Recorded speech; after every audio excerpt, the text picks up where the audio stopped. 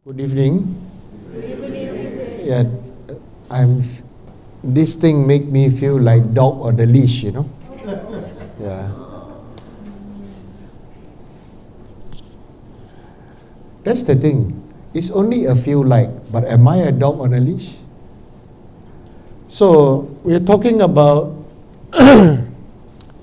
relic exhibition. And why am I talking about the dog on the leash? There is a correlation.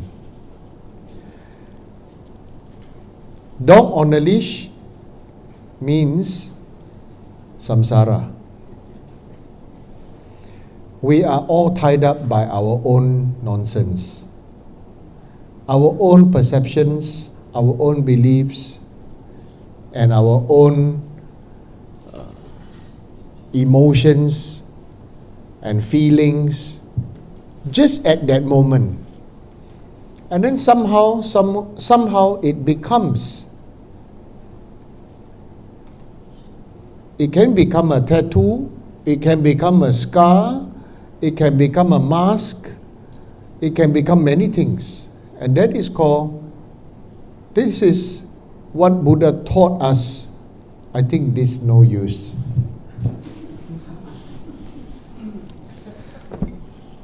So like that better? Better? Yeah, if you cannot hear, then you gotta come all the way up. Come, Luke, come, sit here, come. Okay, so I feel better standing up. All right.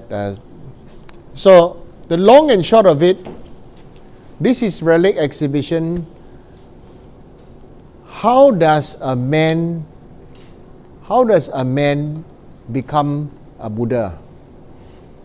Right? And then from this man who can become a Buddha, and it is like from you can become a Buddha. How come from your corpse can grow out relics, and these relics can grow some more on their own from a lifeless body and even from cremated bones, right? And so this is something that is very mysterious, something that not everybody can understand. So the whole idea of this relic exhibition is really not about showing off. It's really about us bringing our own awareness onto its surface. Right now, we are not bringing our awareness to the surface. We are bringing our projection to the surface. Whatever we project, we manifest. Isn't it?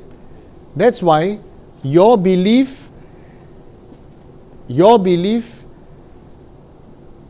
culture, right? For example, Tibetan belief that they cannot eat pork, cannot eat fish, cannot eat chicken, cannot eat eggs because it's polluted. And so if you eat pork, eat fish, eat chicken, eat eggs, you get body pains, you get this, you get that, get a pollution, and then you get sick and everything, right?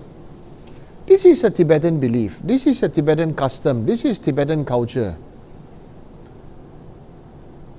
It doesn't matter if it is true or not, because this is a Tibetan belief. A Chinese belief is everything can be eaten, all right, as long as got legs, you know, and then the back is facing the heaven, facing the sky, right? Apart from tables and chairs, you can eat them, right? Chinese eat everything, right? So this is also a Chinese projection, a Chinese belief, a Chinese culture, and this is a Chinese thing.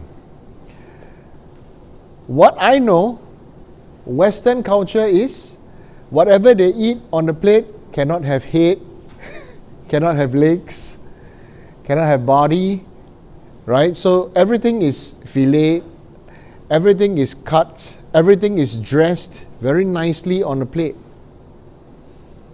right? So these are all projections that are brought out to the surface. In Buddhism, we accept everybody as they are, but we want to practice to bring our awareness to surface, bring it out. Now, this dog on the leash is a metaphor I'm using, right? For the purpose of letting each and every one of us understand, one of the first things that we are being tied up right now is actually by our mobile phones. Every single one of us have become a spirit tablet. This thing, without the mobile phone, we feel very insecure, right? So, whether you are straight, you are gay, you are bi, you are whatever, okay? Everybody is addicted to the mobile phone. Isn't it? All of us, whether you are a monk or not, nun or not, lay person, everybody addicted to mobile phone. And this is the thing that is known as the leash. Right? The leash is the thing that tie us so much, right, that every few seconds we must take out and have a look. Every few minutes we have to take out and have a look. Right? And what does this mean?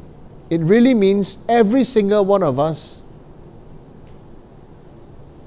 is finding something to block our awareness, because we know what our own reality is, what we don't want to face.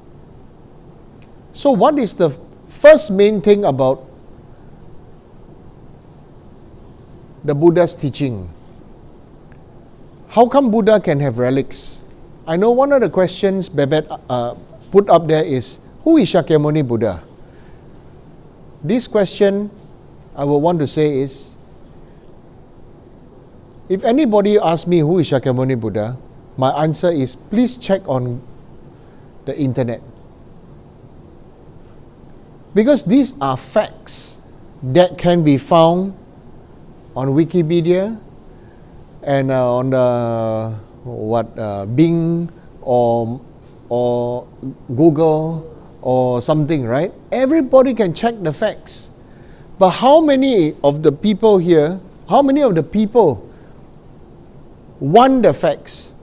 And after they got the facts, they want the living practice to be, they want the practice to become alive in them, in ourselves. So bringing awareness to the surface, number one, is about us facing ourselves. Now, and right now, when we say face ourselves, we need to understand facing others first. Because facing ourselves and facing others is actually same but different. Okay? I did explain this term, same but different. Right? Like, for example, we are same. We are human beings, but we are different. Isn't it? Right? So this is a very simple way of explaining same but different. Later on, it can become about different culture, different skin color, different belief, different names, different labels, different this and that.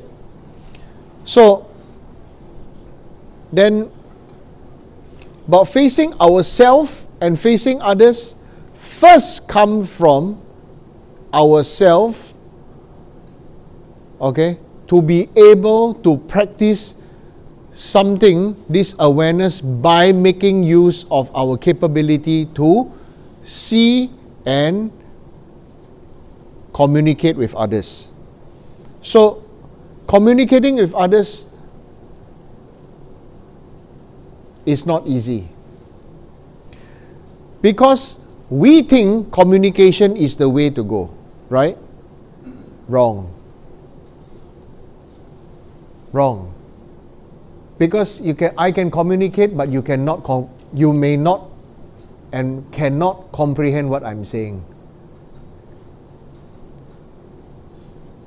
Right? So comprehension is the way to go, not just communication. But many people just now look at the internet. Internet is communication, is the way to go. Everybody information overload. How many digest what is on the internet? Everybody put in so much effort to put out what they know. These are intellectual property, intellectual things. So now these days, there are physical things, there are intellectual things. But when we practice, is to make this thing alive. This body thing, this mind thing. Body is one thing, right? Intellectual is a mind thing. So these two are usually dead in people. Because if we don't want to face ourselves, we want to keep on collecting things. So if we want to face ourselves, we say, oh, other people are better than me, so we start collecting intellectual things. So we start to learn many things. And then we start to feel that now that I've learned many things, I know many things, means I am good, I am greater, I am better than other people. Then I'm able to outshine other people. But does that guarantee that people will understand you, that people will like you, that you will like yourself and you will understand yourself? So Buddha is somebody who doesn't care whether people like him or not. Buddha was somebody who was more interested in people understanding what he was talking about. So that's why Buddha himself said, do not worship me like a god, but rather understand what I'm talking about. Okay, understand what I'm talking about. He asked us to test his words, and if it is true, then you practice it. So this is bringing this awareness to surface. Now, how do we bring this awareness to surface? Okay, so I'm sharing this. Number one is something about each and every single human being on earth is about contempt. We are contemptuous people. That's why there is a segregation of you and I, politics, right? Extremism. And so this is the general idea. So contempt is what causes disharmony. Buddha, what does Buddha mean? Awakened one. And what does the awakened one mean? The awakened one means, you see you always see Buddha statue, the hand like this, right? What does this mean? Always his right hand come up. What does this mean? Somebody say, Buddha says stop. Buddha's showing stop what you are doing. Stop. Right? Yeah. Actually, not stop. Buddha is showing this one, say, have no fear. Okay? Release the fear. Don't be frightened. This is known as the fearless mudra. And you see each and every one of us, what is the main thing that we are suffering from? Everything that we are doing is about seeking freedom from fear. Isn't that true? True or true? True, right?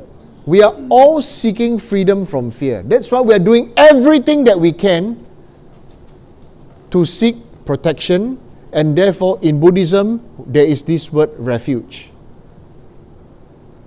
That's why they have this term refuge and refugee, right? People who lost everything, they're seeking refuge, and therefore they call refugee. So in another sense of the word, all Buddhists are refugees. Refugees in samsara, in search of freedom from fear and in search of protection. The Buddha's mudra. Right? Over here, you will see Buddha's hand mudra touching the earth. And what does it really mean? There's a term say, this is the earth touching mudra, say, the earth is my witness. But the sign also goes backward for us to understand we need to be like the earth. And what does it mean? Mother Earth has no contempt for one another. Mother Earth does not criticize us. Earth does not criticize us, isn't it? Earth does not judge us, isn't it? No judgment, no criticism, no defensiveness. Even if you don't like, you see the weather change, everything, oh, Mother Earth is a dreaming, Mother Earth is angry, then there's volcanic eruption and this and that, right? There's a tsunami, there's a flooding and this and that. Mother Earth, she doesn't come up and explain herself. So, we must learn from Mother Earth. That's why Buddha put the hand like this. Buddha put the hand like this. No defensiveness. Let us put down our defenses. Number 2, no contempt. We must put down our idea of contempt for each other. That's why when people, in Buddhism, they say, what is the essence of Buddhism? The essence of Buddhism is about harmony. Chinese translation of a monk, okay, of a high monk or realized monk or great monk, the name is called Great Harmony, He Sang. Okay, He means harmony, Sang means always high or always in fashion. Okay, always high or always in fashion. Because fashion in Chinese is called 时尚. Okay, time and high. Okay, the greatest thing of this time now. So it's called fashion, right? So monk or great monk, great teacher called 和尚. Okay, but 和尚 does not mean monk. A lay person who has realized the Buddha's teaching and is practicing, he or she is also 和尚. Tibetan call Hashang. Hashang, many people think is like Chinese monk, fat, and everything, this and that, But the real understanding is harmony. To bring people who are fighting and to bring people who are struggling to come to understand that we are all suffering from the same afflictions. The affliction, number one affliction is about fear. Because of fear, and we don't want other people to harm us, better to solve the problem by first talking bad about other people and harming other people. That's why contempt is the root cause of suffering. For example, why this man like pink? Or why this man wear pink shoes? Why this man wear yellow socks? This man should not wear yellow socks. Men should not wear pink shoes. This idea of it, isn't it contemptuous? Isn't it contemptuous? You understand? I was thinking of buying yellow socks and wearing pink shoes. I thought just don't have my size. Because it's just a color. It's just a color. Right? In Dhamma practice, in Dhamma cultivation, number one is, if you want to be a Buddhist, okay, it means accepting that we are refugee. Isn't it? I take refuge to the Buddha, Dhamma and Sangha. It means we are accepting that we are refugee. It means we are accepting that we are seeking protection from the Buddha. Buddha gave us protection is to give us awareness. And when you have awareness, you know, don't eat chili if you cannot take the burn. If you cannot take the burn from chili, don't eat chili. But if you enjoy the burn, eat chili. It's just as that. Buddha didn't say that you must eat chili because I'm Indian. Right? And many people forget Buddha is Indian. And so some people say that, oh, Indian people are no good. Right? There are people who say, right, if you see an Indian man and a snake, kill the Indian man. Yeah, I'm just being very direct and very honest. Right? There say people who say like this. Not just, and I hear also from two cultures, they say like that. So I said, don't say this.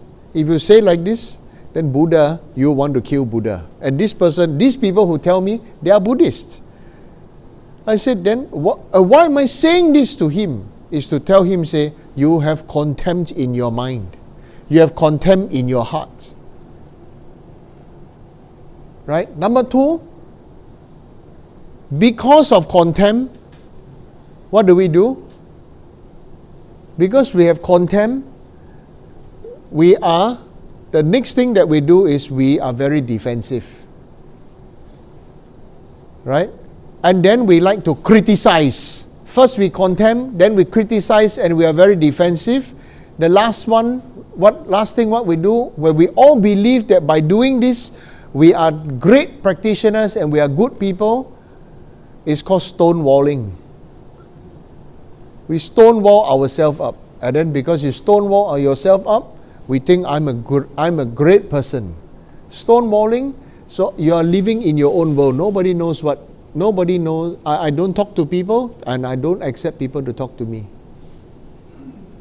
So always our natural hand mudra is like this, close. Right? There are many people who like to do like this. Right? Sometimes hands don't know where to put, then just put like this. But you can feel actually the energy. Right? But this is natural. Because it is about taking time for people to connect heart to heart. Because everybody is naturally frightened of one another. Look at these days. Look at what is in the internet. Look at what is in the social media. First thing, those people who are able, they try to make themselves so famous. They show you the very best. Behind, they never show you their depression and their sadness. Okay? So what so special about Buddha is here to tell us, number one, be like the earth. Number two, get protection. Okay? We have to do, many people nowadays, they use this word earthing, right? Earthing. You got to download all you got to release all your suffering. Right? So, we like to release suffering only once we like to release suffering not by choice, but by need. That is going to the toilet. If you get diarrhea and you want to hold your diarrhea in, right? If you get diarrhea, do you want to hold, even if you don't have diarrhea, you need to go and poop. You want to hold everything in? You want to hold your pee and poop in? Right? So it's something that is very natural. What is nature teaching us? Download, release our own nonsense. We don't like shit. We don't like urine. But actually this is nature telling us, release our thoughts, release our fears, release our concepts, and release our idea of what is right and what is wrong. Okay? So, why are we suffering? Is because of right and wrong. And all this right and wrong is transcended by the Buddha through his body. Not just Buddha, his great disciples, every single one of them, when they left the body becomes a corpse. The corpse, after they cremate, the bones have things growing out of them, and they are beautiful like jewels. These are known as the relics. I know in Western culture, relic means this thing that this person used before. Right? In Western culture. Like when I was in school, I studied 10 years in a Catholic school, and they said the relic of St. John Baptist. So they took a big flag out and everything, and there's some design, and there was a patchwork sewing of the St. John Baptist de La Salle. And they said that this is the relic because it's made from his robes that he wore when he was alive. Okay, so I accept. But then, so I told my classmates and my teachers when I was in school, I said, our Buddhist relics are not like this. Our Buddhist relics come from their dead bodies. Okay, so like in my house, I've got saliva relic of the Buddha. Okay, so from the Buddha's body, this came saliva, right? After it passed away, then after that, then it crystallized to look like opal.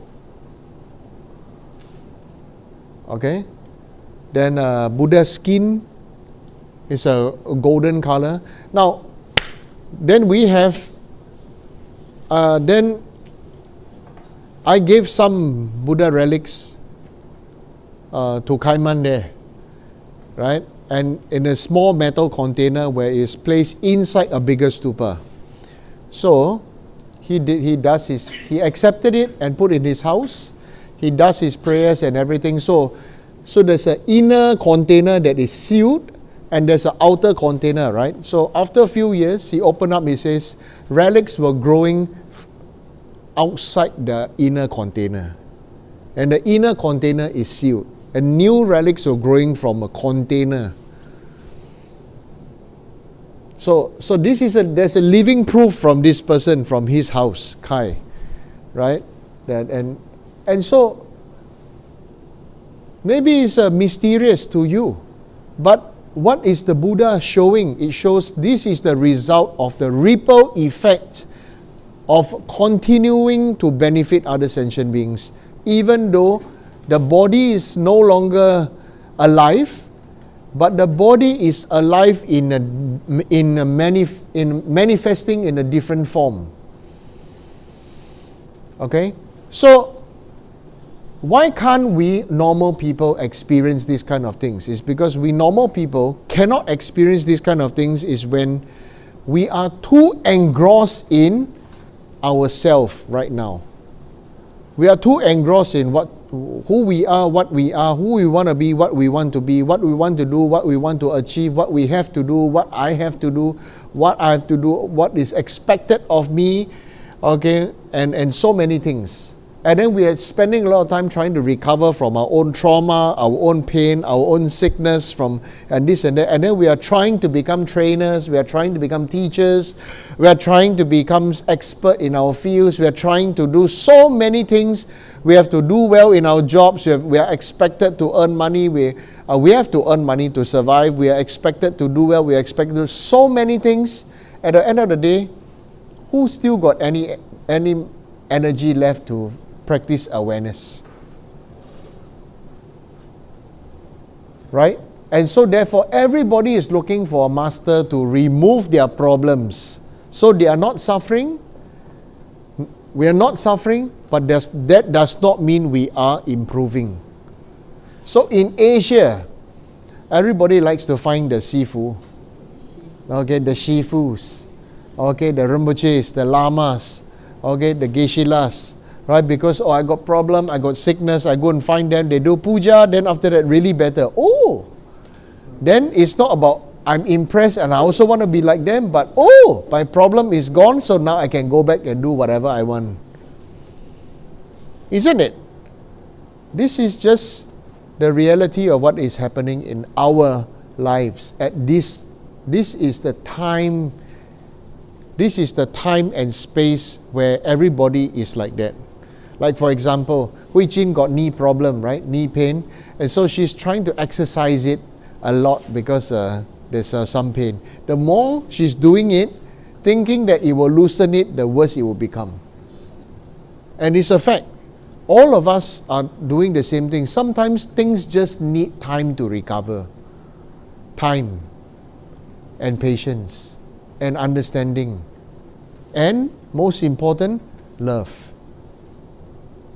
So, if you understand Lord Buddha's teaching, the first teaching of Lord Buddha is about the Four Noble Truths, and it is about equanimity, then what Buddha was really teaching is no contempt. Is number one. That is the real equanimity. Isn't it? So no contempt is the cause of harmony. So you see, most of us like to take on like precepts, right? Take the precept, no killing, no stealing, no telling lie, no sexual misconduct, all right? And don't take intoxicating food and drink and this and that. Why not? We take the vows of not having contemptuous thoughts to self and others.